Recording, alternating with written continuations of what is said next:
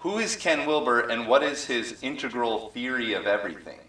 Ken Wilber is an American author. He writes books on philosophy centering around issues pertaining to consciousness and transcendence.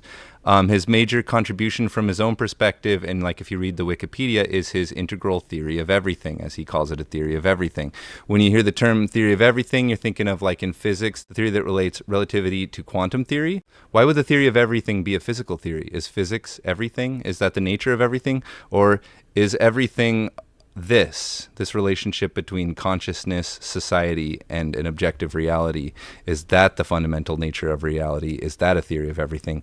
So that's what the theory of everything is, and that's essentially what Ken Wilber has to offer. That's what the Wikipedia will essentially tell you.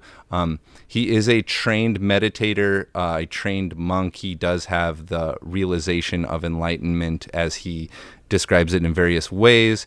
From a traditional and an alternative perspective, he can be considered to have that sort of realization, and it does inform what he teaches. So from my own perspective, in my own comprehension, what is Ken Wilber?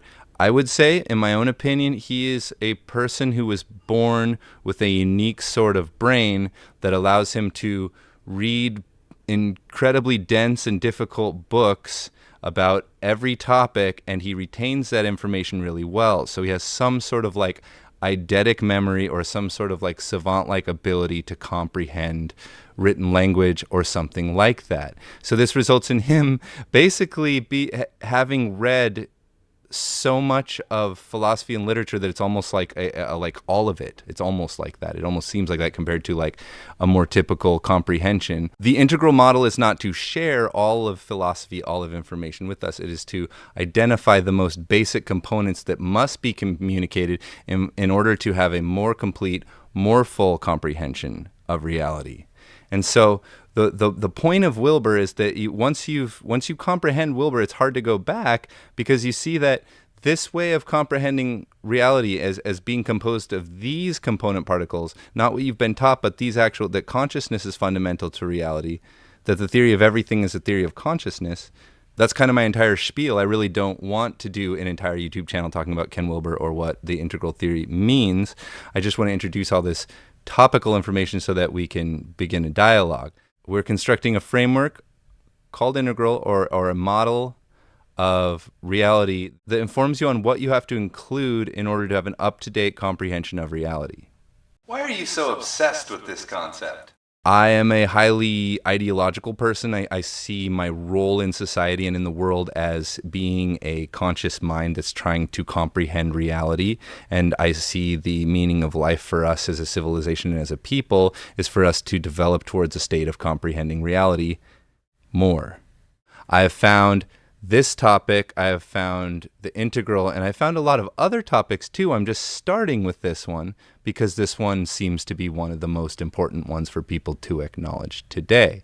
So I'm sort of a crappy armchair philosopher, and I'm telling you that in decades of just kind of exploring ideas and having that be pretty central to my life and my experience, I did find this Ken Wilber chap who seems to be some sort of unsung expert on what the nature of reality is.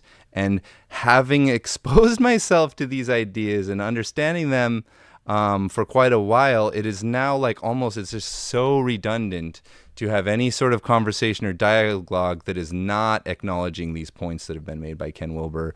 And so, okay, what do? You just stop talking to people about politics and ideology and thought? You just go into a cave? Like, what am I doing? What do I do? So, it appears that I must share this information. And if nobody gives a dang, and if it's not information that the public wants to consume, then I do go into a cave, because I don't know how to talk to Amber Meme anymore. Like, how do you talk to Amber Meme without acknowledging that some people believe in mythology and some people believe in Scientology? It's a lost cause. How do you do it? So I didn't come here in the interest of spreading this philosopher Ken Wilber's ideas. It's just that I'm sort of finding it impossible to talk about philosophy or ideology or intellectual topics whatsoever if we aren't basically just reinventing the wheel of what Ken Wilber accomplished, which is he created an interface so that every field and every perspective can talk to one another and not miss any aspect, any entire realm of reality. We can see that these are the realms that we agree exist, hopefully. And if not, perhaps that is the nature of the discussion that we will be having.